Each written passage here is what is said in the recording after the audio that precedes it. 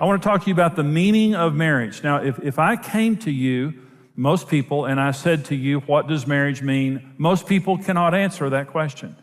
In the eyes of the state, when you stand and you get married, what does that mean? You will know in just a few minutes the meaning of marriage and the importance of understanding what it means. Listen, how can you succeed if you don't know what you're trying to accomplish? And so we need to understand the meaning of marriage and what we're trying to accomplish, what God's trying to accomplish in our marriage. How to experience lasting passion and intimacy. Marriage gets better every year when you do it right. When you do it wrong, it gets worse every year. And so, again, you may have been married for a year or two or 18, and maybe the sizzle has gone out of your marriage. You can get it back. You can get it back in a very short period of time. We went from smack out of love to in love in a few weeks when we began to change the way that we were married. But listen to this other thing. I want to talk to you about how to have a win-win relationship. In a biblical marriage, there is no loser. If there's a loser in the relationship, it is not a biblically based marriage, because God created marriage to be a win-win situation for men and women. And I want to just talk to you about the power of marriage, how it communicates God's love to our children. And that's what we need to do, is to show our children. How can our children succeed unless we show them how? And so we want to show them a godly marriage. And it's one of the most important things that we do. Now, Ephesians 5 is the most important text in the world concerning marriage. Nowhere in the world do you see a place where marriage is explained to us as explicitly as it is in Ephesians 5. And Paul says, for this reason a man shall leave his father and mother, be joined to his wife, and they two shall become one flesh. This is a great mystery. And really what he's saying is it was a great mystery until now. But he's saying, I'm speaking concerning Christ and the church. Nevertheless, let each one of you in particular so love his own wife as himself, and let the wife see that she respects her husband. So the Apostle Paul is saying, when you're married God's way, the man is a Christ-like husband, and the woman is a Holy Spirit-like wife. She's respecting her husband, and he's sacrificially loving her, and that's the way that it should be. Well, when Karen and I, we were wounding each other. But what happened when we began to understand God's plan for marriage is we stopped hurting each other and we started healing each other. Now listen, if marriage is supposed to be a picture of Jesus in the church, is Jesus our hurter or is Jesus our healer? Well, he's our healer. Is the Holy Spirit our hurter or is the Holy Spirit our healer? Well, he's our healer.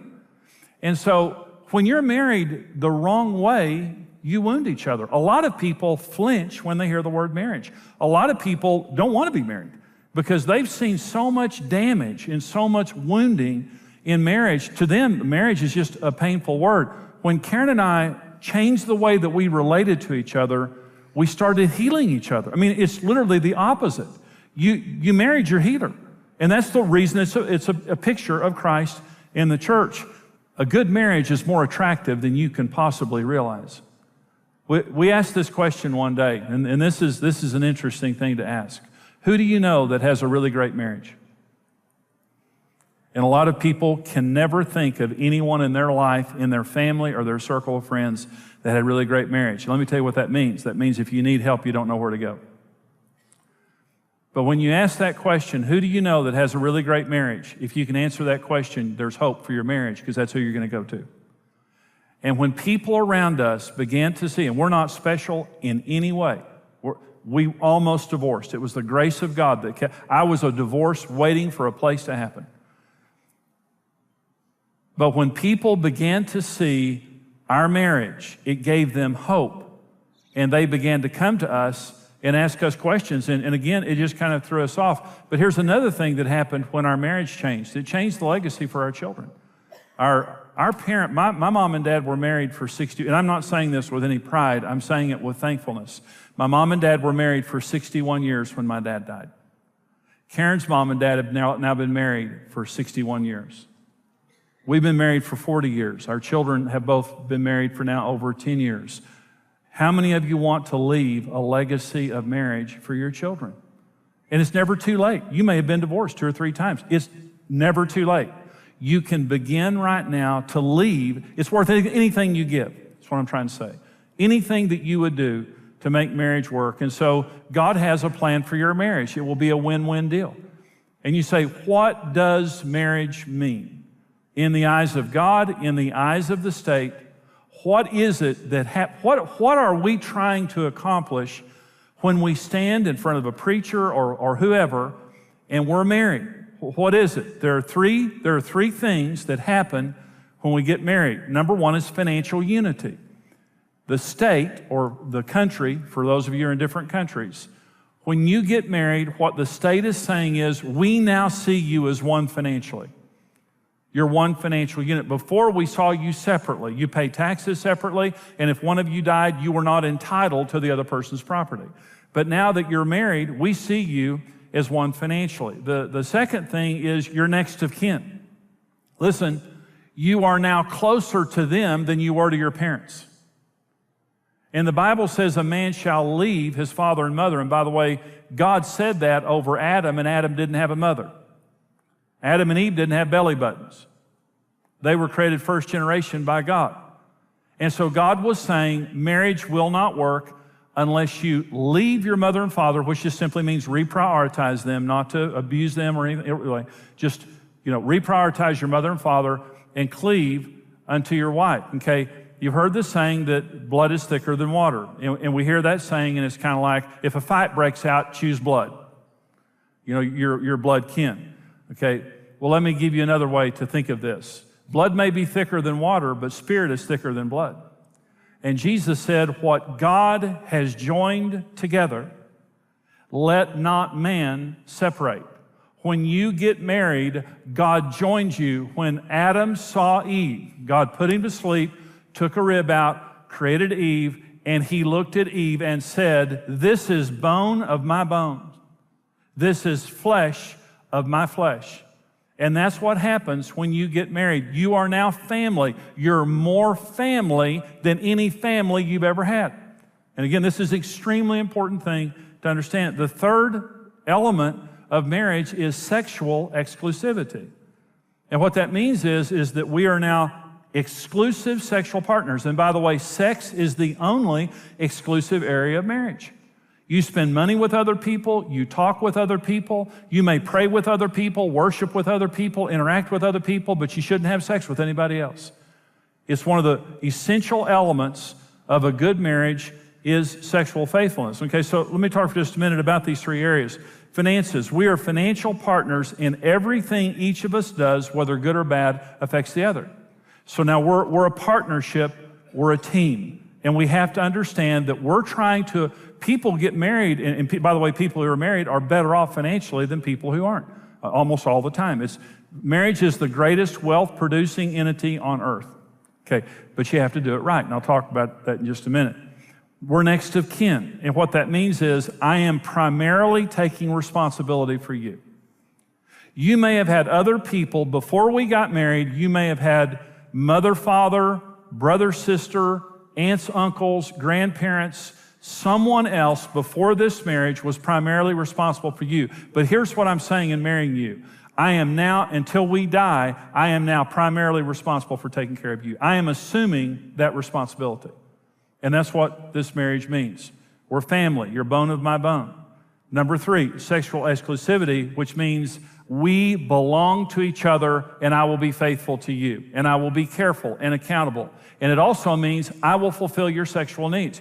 I am taking responsibility. Now, 1 Corinthians 7, the Apostle Paul, this is one of the most astounding scriptures in the Bible. The Apostle Paul says when you get married, you don't have authority over your own body. Your spouse does.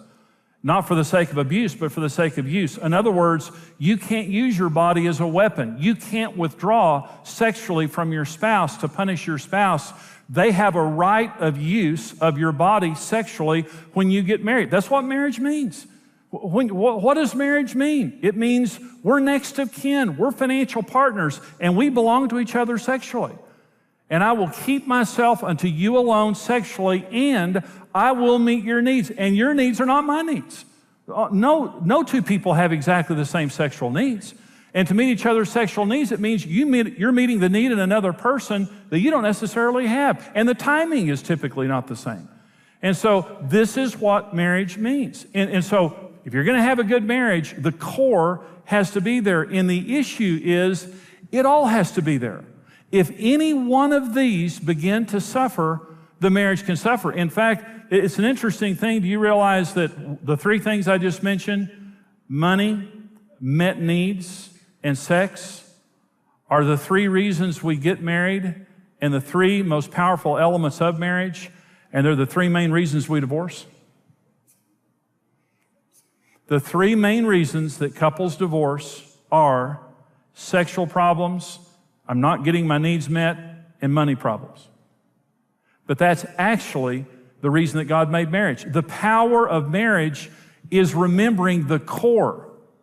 What is it that we're trying to accomplish? Listen to me. You got married, whether you realize it or not, you got married so you could share your finances and have an economic blessing, so you could meet each other's needs and be fulfilled in life, and so you could have a faithful sexual partner for the rest of your life and get your needs met. That's why you got married. That's the prize of marriage. That's the goal line.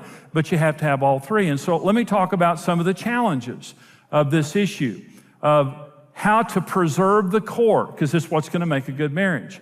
Let me talk about finances for just a minute. One of the biggest problems is prioritizing one over the other two. You have to have all three of them. Okay, and let me give you an example, is finances. Now, one of the questions that we got from you guys is, this is a question from a man, and here's what he said. I finally have my dream job, but my wife says I work too much and I'm never at home. How can I convince her that I'm doing this for the good of our family? And look, this is a virtuous guy. I mean, he's working hard. I mean, he says, I have my dream job, but my wife is complaining, and she's saying, I'm at work all the time, and I need to come home more. Okay, here's what he's done. He's chosen finances over met needs. And by the way, the number one reason for sexual dysfunction is stress and fatigue. People are just too tired. Let me tell you a saying that you need to probably write down and remember. If the devil can't get in front of you and stop you, he'll get behind you and push you too fast. Because we weren't designed to live under stress. We just simply weren't. And it doesn't matter how much money you have. Let me tell you, I know a lot of rich people have bad marriages.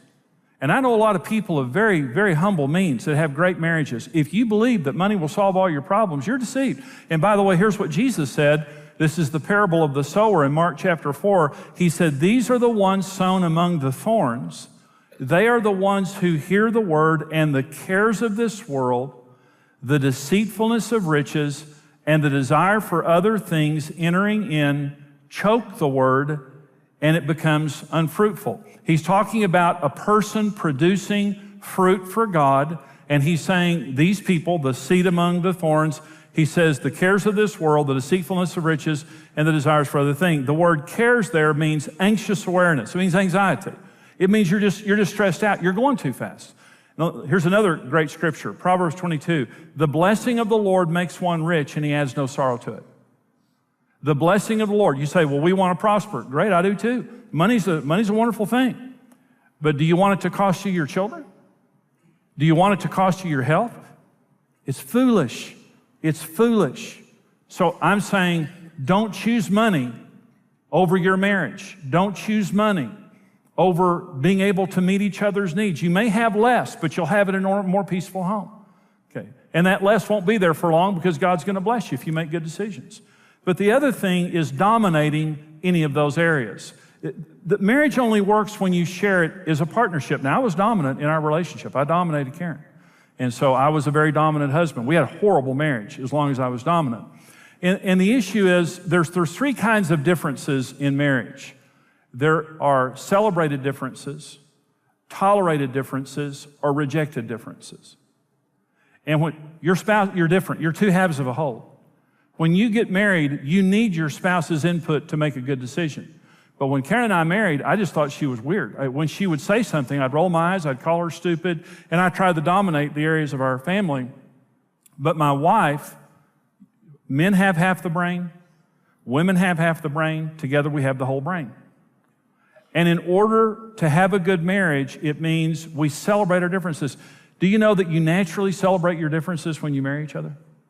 When you meet and fall in love, you celebrate your differences. You look at each other and, you say something different, you do what you do, and you celebrate it. You don't roll your eyes and say you're stupid. You never have gone out on a second date with someone who called you stupid on the first date. You're crazy, you're weird. You need some hormone adjustment big time. Now, we celebrate each other. Well, you're smart. Well, you're interesting. Wow, you're deep. If your spouse has to pay a price for sharing their opinion in your marriage, you're dominating the relationship. If your spouse doesn't feel freedom to share how they feel about any area of the marriage without paying a price, you're dominating the relationship. A good marriage just simply means we're going to talk about money. We're going to talk about the kids. We're going to talk about how and where we worship. We're going to talk about, our relationship and all those things until we agree. Great marriages, we agree. And so the core of marriage is we're financial partners and we're going to agree on this. We're going to have a plan and we're going to sit down and talk and pray and we're going to agree. We're going to meet each other's needs. And our needs are very different from one another. In my Marriage on the Rock seminar, I talk about that a lot. But we're very different from each other. And so the needs that your spouse has are not your needs. And so, but when I married you, I took responsibility to meet your needs. And sex is an important part of our marriage. And so I'm reserving my sexuality for you alone, and I'm committed to meeting your sexual needs. And if I'm not, you have an open door to tell me, and I will not make you pay a price. I'm not going to punish you. I'm not going to withhold from you. And I'm saying to you, keep the core going. And when the devil attacks our marriages, typically what he'll do is he'll attack one of those areas. Let me go back to the question I said earlier about the guy that said, I finally have my dream job. Who cares if it's your dream job? It needs to be both of your dream jobs. If it busts your wife's dream, it's not your dream job. And for this guy, and I completely understand what he's saying. He's trying to be a good provider. If what I'm doing violates you, I won't do it. And I'm going to listen to what you're saying. Because our marriage isn't good until we're both saying it's good. It doesn't matter if the woman says it's a good marriage. It doesn't matter if a man says it's a good marriage. Do both of you say that? It's a win-win situation. So when you got married, regardless of you realize it or not, you became financial partners. You took responsibility as the closest family member that you have to care for each other in that regard, and you swore sexual exclusivity to your spouse. Okay. That's what keeps the core going. Well, I hope you enjoyed that teaching. We love bringing you this information. You can succeed in marriage. You have a 100% chance of success in marriage when you do it God's way. And that's good news. We need to hear that, especially in the culture that we live in today. God designed marriage to succeed, and every person can succeed in marriage just with the right information. And we have this information today. Now, what you saw on today's program, now that's just a small part of a fuller series of messages that we have called Sex, Love, and Communication. We want to put these into your hands. Now, we're a mission. Marriage Today, we come to you to minister to you. We go all over the world. We're in millions of homes in America every day in over 200 countries worldwide.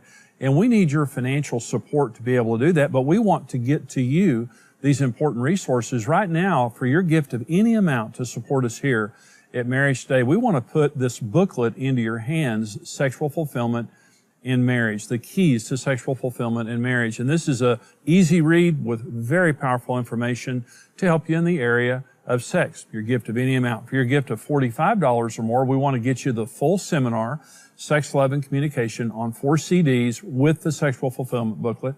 For your gift of $90 or more, we're going to get you the DVDs of the Sex, Love, and Communication seminar and the CDs and the Sexual Fulfillment book. This is powerful information, something that can bless you and maybe something that you would give to somebody else to bless them. We want to put this information into your hands, and here's how you can get it. Sex, Love, and Communication. In this series, Jimmy Evans explains how these 3 work together to help you create a beautiful, passionate marriage. Support Marriage Today with your best online gift of any amount, and we'll send you Jimmy Evans' book, The Keys to Sexual Fulfillment in Marriage. Sex tells us that our differences have a dynamic to them, and here's what male and female means. It takes 2 to make 1. Get your copy of the Sex, Love, and Communication series on CD and the book for your gift of $45 or more. For your gift of $90 or more, you'll receive the entire series on CD and DVD plus the book. This tiny little thing laying between your teeth has the power to build a remarkable marriage and a remarkable family and a remarkable life. Start talking and fall in love all over again. Get your copy of Sex, Love, and Communication today.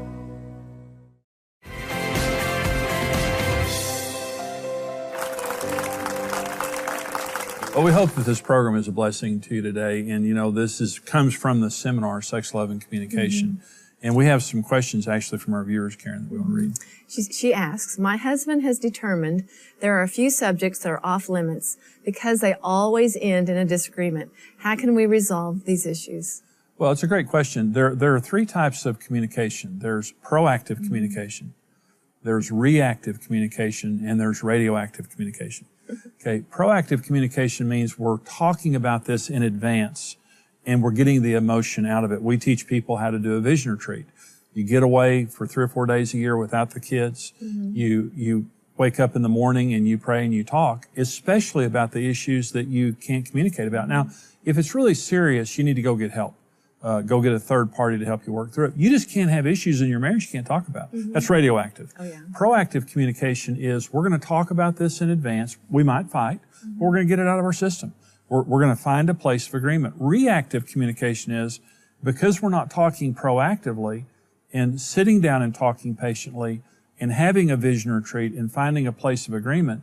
Now, every time this comes up, we're reacting, we're getting in fights, we're hurting each other, then it falls into the radioactive category. And radioactive means somebody's going to get hurt. If this subject comes up now, early in our marriage, it was money. We couldn't talk about money. I mean, if money came up, it's going to get ugly real quick. It was a radioactive issue. Well, the problem is you spend money every day. Yeah. If you can't talk about the kids are there every day. And so her husband says, we're not going to talk about this because we'll end up fighting. Okay, that's why you need to talk about it. That's right. And if you can't solve the problem yourself, going to get help is not a sign of weakness, it's a sign of wisdom. And all successful people are teachable. If you're successful in money, it's because you're teachable about money, and people who are wealthy have financial advisors all around them. They're teachable. If you're successful in marriage, it's because you're teachable. And when you don't know something, you go get help. And so go get help, but don't let issues be in your relationship that aren't being resolved because they get worse over time. Okay, my wife has a secret stash of fund money, and it bothers me that she does this. I want to share everything, and she likes having some areas separate. Do you have some money? Actually, I really do. Oh my gosh, I'm confessing. I had all these $1 bills. I didn't know what to do, and I stuffed them in a sock in my drawer, and it's like, which drawer? I want to know right now. Well, I cannot believe you did that. Okay, let me say this. In marriage, one of the laws of marriage is the law of possession. God said, for this cause a man will leave his father and mother, cleave unto his wife, and they two shall become one. You have to share everything. And so he says his wife is hiding money. It's not good to take money and in other words, it's like, this is my money. Nothing in my marriage is mine, okay? Is that when we get married, everything is now ours and we share it together. So for example, if I say, well, these are my kids, those are your kids, these are my kids, it'll destroy the marriage. This is my money. My uncle died and left me this money. It was my uncle, this is my money. When we got married, now it's my uncle, it's our uncle, it's our children, it's our home. So yes, he's going to resent her hiding money. If she comes up to him and says, honey, do you mind if I have a little savings over here so I can do this? No, go ahead. Now you agreed on it. But when you're sneaking around and you're taking money away from stuff like that, that's not good. That's not good for them. I want all that money.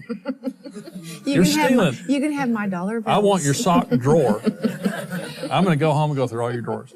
And I want to know what you're hiding from me. Well, we hope that this program today has been a blessing. We're able to come to you because of our wonderful partners who stand with us financially. Television airtime is very, very expensive, but you're worth it.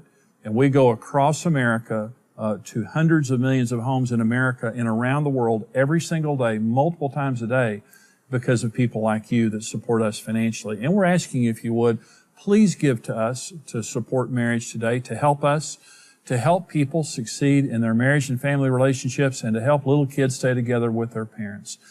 Marriage is under attack in our society. And we are on the front lines helping people to succeed in marriage, to solve their problems, and to have the marriage of their dreams. There's a web address there you can give on our secure website. There's a telephone number you can call, use your bank card to give, and also our address is there. You can mail your gift in. We're asking you to give your most generous gift to help us here at Marriage Today. We hope that this has been a blessing to you today. We'll see you next time. Goodbye.